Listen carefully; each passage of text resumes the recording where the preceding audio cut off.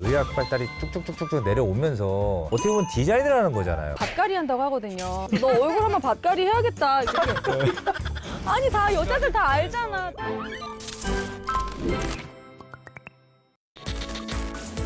이번 주도 돌아왔습니다. 역사적 기록을 통해 알아본 그때 그 시절 질병을 재조명해보는 시간. 안녕하십니까. 저는 MC 신성이고요.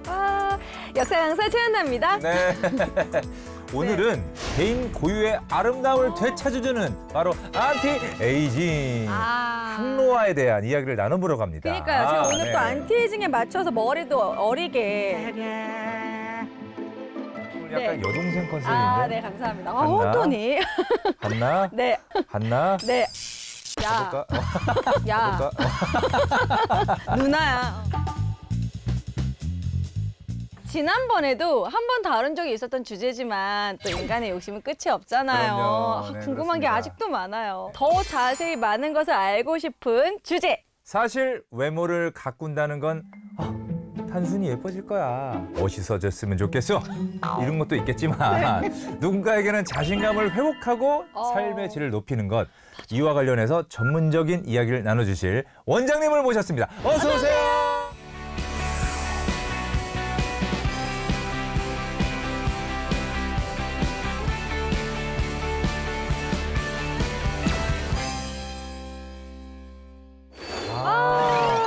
너무 네. 잘생기셨다. 아니 근데 좀 신뢰감이 든다. 아니, 원장님 자체가 이렇게 외모가 완성형이신데요. 네.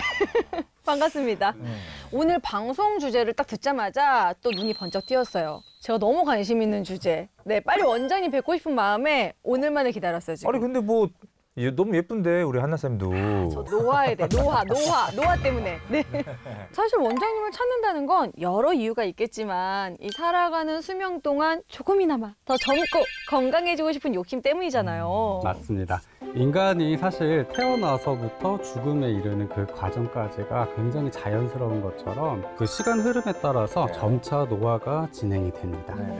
맞아요. 그래서 점차 노화가 진행되는데 우리는 또 의학적으로 이거를 좀 멈추고 싶어 해요. 조금 지연시키거나 아니면 좀 되돌리는 그런 항노화 과정에 지금 많은 노력을 기울이고 있습니다.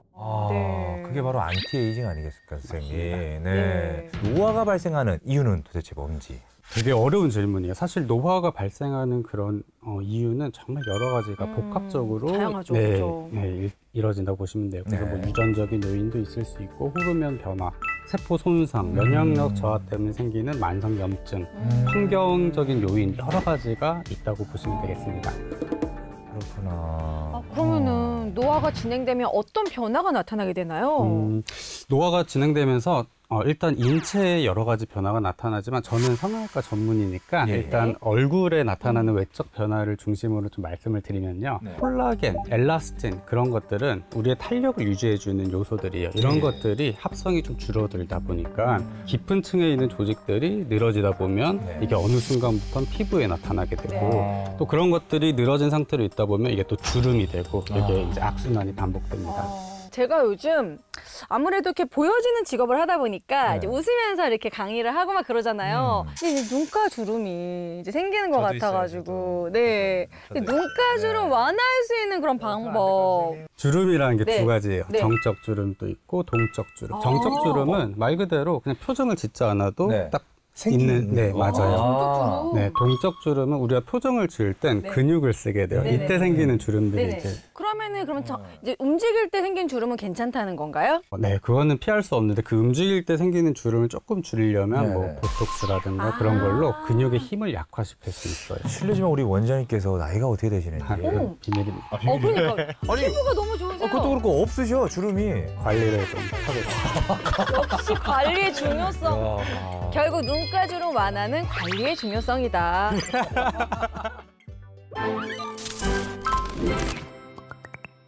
성형외과 역사에서 가장 오래되고 또 중요한 수술 중 하나로 꼽히는 게 기원전 한 600년 정도에 고대 인도에서 일어났어요. 의사 이름이 수슈루타라는 의사가 처음으로 코에 이 재건수를 하던 사례가 이제 문헌으로 기록이 돼 있는데 이게 재조명되는 그 이유가 현대 의학에서 사용되는 그런 기본적인 원칙을 놀랍게도 굉장히 사용하고 있었기 때문이에요.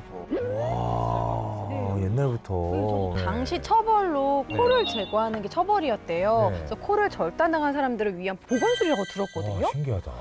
그리고 고대 로마의 케일 수술하는 의사에 의해서 귀나 입술 등 간단한 외상 재건술이 이제 기술됐다고 합니다. 근데 제가 생각했던 네. 것보다 되게 오래된 것 같은데요. 네. 맞아요. 저도 기록을 찾아보고 깜짝 놀랐는데 네. 이탈리아의 가스팔리 타글리아 코치는 팔이 두꺼운 피부판을 이용해서 코 재건 수술을 시술했대요. 이 팔에 있는 그 피부를 가지고. 예, 그 피부를 이용해가지고 이제 코에 붙이는 시술을 했대요. 네. 그래서 그의 저서가 후대 성형외과의 기초가 됐다고 하는데 어떻게 원장 선생님도 들어보셨나요? 네, 맞습니다. 기억이 아직도 나는 게 처음에 그 내용을 배울 때 교과서에 어떻게 그 집도를 했는지 그림으로 표현된 문헌들이 있었어요. 그거를 한참 동안 제가 눈을 못 뗐던 기억이 있어요. 너무 신기한 거예요.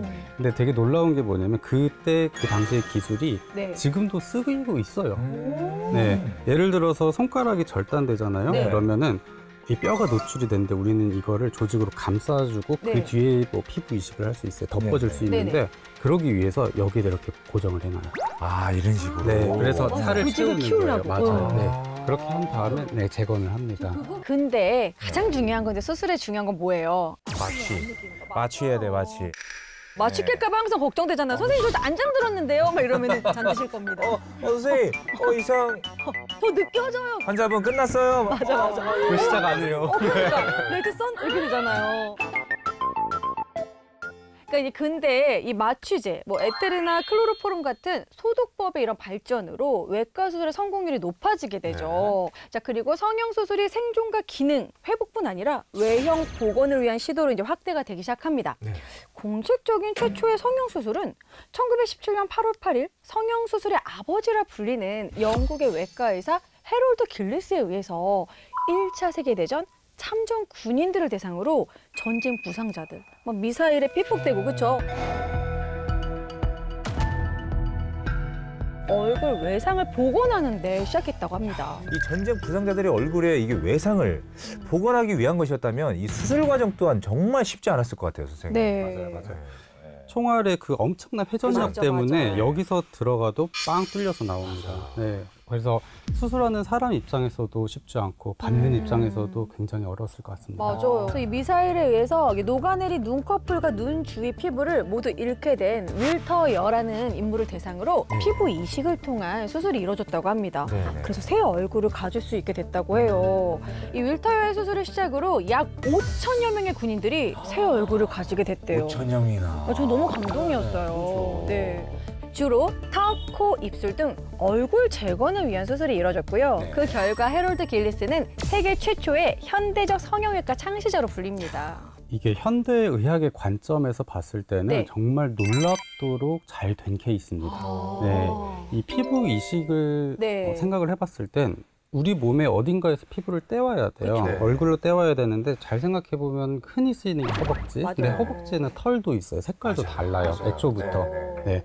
그 색깔 다른 것들을 이렇게 떼다 붙였을 때 생착률이 저렇게 좋았다는 것도 놀라운 일이고 정말 잘 됐다고 생각합니다. 저도 이 허벅지 지방을 여기다 놓은 허벅지 지방을 여기다 놓은 고래에 지금 들어가 있거든요. 절대 살을 빼도 볼살은 안 빠져. 사실 지금 우리가 성형하는 이유는 바로 이 미용적인 부분을 네. 보완하기 위함이잖아요. 그렇다면 이 미용적인 성형 분화가 성장된 거는 좀 언제인지요?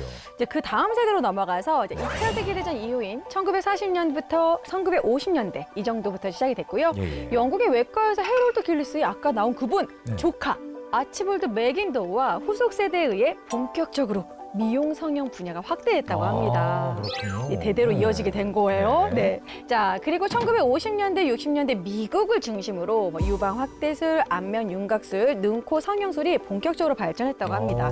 맞습니다. 네네. 아마도 그 시점을 기준으로 사회적인 인식 자체도 상처에 대한 재건에서부터 이제 외모에 대한 미용적인 향상으로 전환되기 시작했다고 들었습니다. 이 한국의 성형 기술은 언제부터 시작된 건지 네네. 저희 이제 대선배님들께서 성형외과 네네. 의사분들께서 네. 1960년대, 1970년대 미국에 건너가서 배워온 그 기술로 이제 비로소 우리나라에서 성형수술이 네. 제대로 시작이 됐다고 보고 네네. 있고요. 네. 그때도 당시엔 재건이었어요. 하지만 이 외모 개선 수단으로 갑자기 대중화되기 시작한 거는 대표적인 수술이 쌍꺼풀 수술입니다. 쌍꺼풀 수술. 맞아요. 맞아요, 쌍꺼풀 수술. 맞아요. 지금은 뭐 수술이라기보다도 이제 시술이라고 하죠, 지금은. 맞아요, 네, 쌍꺼풀. 맞아요.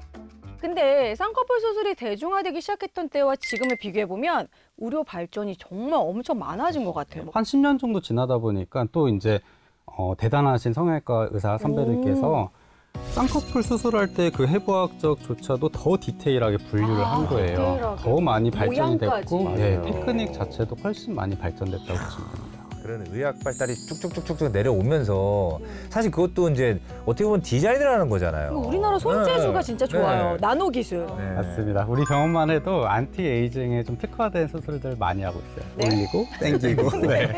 자, 우선적으로 이 노화로 인해서 네. 병원을 찾는 환자분들이 굉장히 많으실 텐데 네네. 주로 어떤 분들이 가장 이렇게 많이 오시는지요? 대표적으로는 이 턱선이 처지면서 이 심술보가 부각되거나 목선 처짐, 저 요즘 그거 많이 고민하고 있어요. 아, 턱살.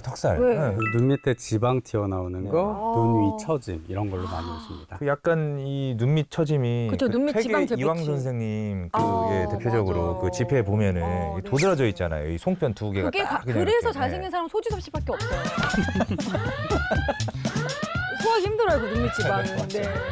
자, 이제 앞으로 시간이 지나면 무언가 이 젊음을 위한 시술이 필요할 것 같은데 아. 이 노화가 진행된 후 이 젊어지기 위한 시술 추천 좀 해주세요, 선생님. 일단 사실 어느 정도 처지고 나면은 수술만큼 효과가 좋은 건 없는 것 같아요. 하지만 이제 그런 처지는 그런 속도를 좀 줄이고자 하는 노력의 시술은 저는 추천드리고 싶은 게 예를 들면 레이저 리프팅 장비라고 해가지고 네. 간단한 시술 장비로 이 탄력을 좀 주는 거예요. 근데 주의하셔야 될 건 이런 장비들이 결국에는 이 안쪽의 조직들에 얕은 상처를 낸다고 보시면 그쵸, 돼요. 그쵸. 네, 그 상처가 그렇구나. 다시 재생되는 힘으로 이제 네. 콜라겐들이 네네네. 더 합성되고 그러기 때문에 기본적인 그런 개념을 생각했을 때 너무 자주 받는 건 좋지는 않습니다. 아, 정말요? 아, 그러면은 좀 주기적으로 봤을 때는 어느 정도 한 달에 몇 번 정도? 기계마다 달라요. 다르지만 어떤 기계는 1년에 한 번 정도만 추천하는 경우도 있고 그렇습니다. 그 흔히 이제 우리 여자들 사이에서는 밭갈이 한다고 하거든요. 그 흔히 이제 우리 여자들 사이에서는 밭갈이 한다고 하거든요.